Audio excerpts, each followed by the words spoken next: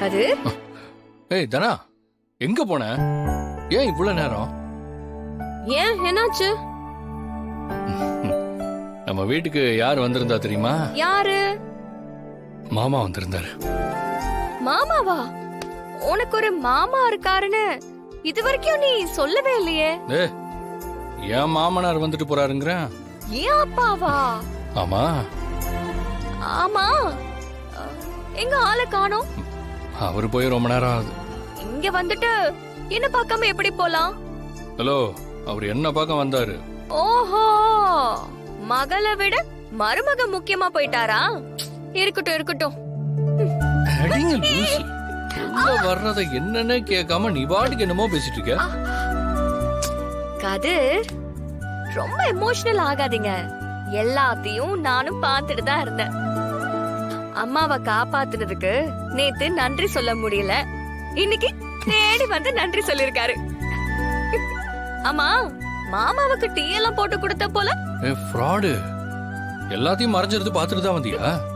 ஆமா, மருமகன் டீ போடுறதும் மாமனார் உதவி பண்றதும் ஐயோ, அந்த கண்குலா காட்சியை பார்க்கணுமே.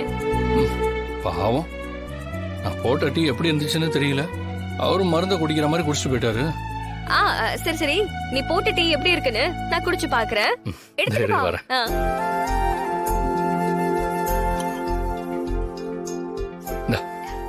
குடி குடி.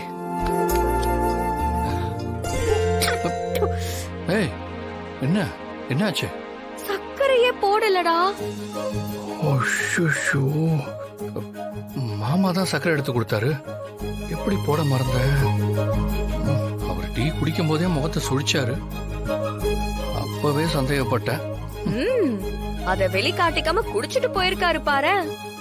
மருமக மேல பாசம்தான், அத வெளிக்காட்டுறதுல கஞ்சத்தனம்.